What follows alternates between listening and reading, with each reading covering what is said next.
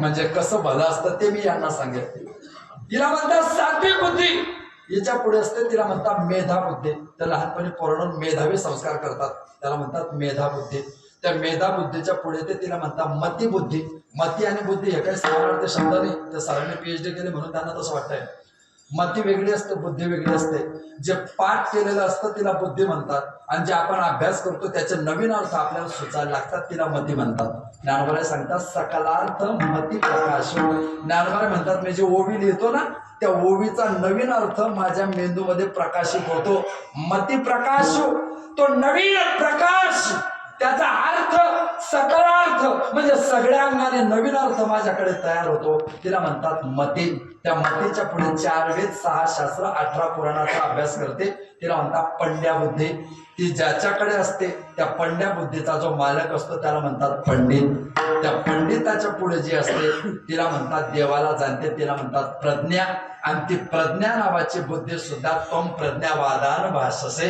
प्रज्ञावान भासणं वेगळं, प्रज्ञावान असणं वेगळं. त्या प्रज्ञावान बुद्धिवाल्याला सुद्धा हे तत्वज्ञान कळत नाही, मन बुद्धी तेने नाहीच. ते नाहीच त्याला कळेल असं नाही. मग ते कोणामुळे कळतं? निवृत्ती प्रसादे ज्ञान देवा लागला, मला ते प्राप्त झालं. सुखाचा पै झाला तेने सुख, मला ते सुख प्राप्त झालं. आठवा, मी तुमच्या पुढे बोलतो आता. ज्ञानवरांचं वैशिष्ट्य किंबहुना तुमचे केले धर्म कीर्तन हे सिद्धी केले. हे माझे जे उरले पायी पण ओम नमो जी आद्या इथून सुरू झालेले ज्ञानेश्वरी किंबहुना तुमचे केले धर्म कीर्तन सिद्धी गेले. संपलं माझं सांगणं, संपलं माझं बोलणं. आतापर्यंत बोललो ना मी ओम नमो जी आद्या, तुमचे धर्म कीर्तन केले, हे निवृत्तीनाथांनी माझ्यावर केलेली कृपा आहे. आता इथून पुढे मी 9 ओव्यामध्ये बोलणार आहे ना, ते काय बोलणार आहे माहितीये का? माझे उरले पायीकपण. मग त्या पायीकपणामध्ये पुढे ज्ञानोबा राहतात, पायीकपणाच्या भाषेत बोलतात आता विश्वात्मके देवी. त्याचं नाव आहे पसायदान. जे स्वतः करता मागितल्या जातं त्याला दान म्हणतात. जे स्वतः करता मागितल्या जातं त्याला दान म्हणतात. मित्रांनो, जे जगाकरता मागितल्या जातं त्याला पसायदान म्हणतात. आम्ही स्वतः करता मागतो ते दान आहे, आणि ज्ञानोबा जगा करता मागतात ते पसायदान. आता विश्वात्मके देवे येणे वाग्यज्ञ तोषावे, तोषवणी मजा द्यावे.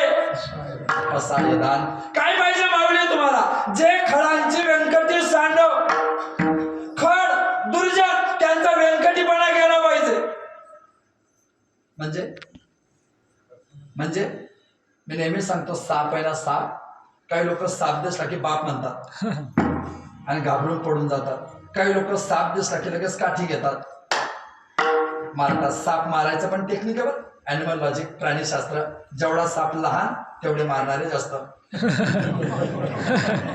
जेवढा साप लहान तेवढे मारणारे जास्त. म्हणून लहाने साप ग्रामपंचायतच्या 14व्या 15व्या वित्त आयोगात मारतात, मोठे मोठे साप शक्यतो आमदार खासदार होतात. आमच्या सारख्याला ग्रामपंचायत मध्येच मारायचा प्रयत्न करतात, पण त्यांची वाढा असते, ते कुठेही चालून जातात. पटकन लहान साप असला की मारतात. एक वर्ग साप दिसला की घरात पडून जातो, दुसरा वर्ग साप दिसला की मारून टाकतो, पण अजून एक वर्ग साप दिसला की पकडतो. त्याला म्हणतात सर्प मित्र. तो सापाला पकडतो, काय करतो तो? त्या सापाचे विषारी दात पाडून टाकतो, आणि विषारी दात पाडले की त्या सापाचा चांगल्या ठिकाणी वापर करून घेतो. ज्ञानोबा आहेत, तुकोबा आहेत, तुमचे माझे मित्र आहेत. तुमचा माझा हा साप ते पकडतात, याच्या संसाराचे विषारी दात पाडून घेतात आणि कथा कीर्तनात त्याचा वापर करून घेतात.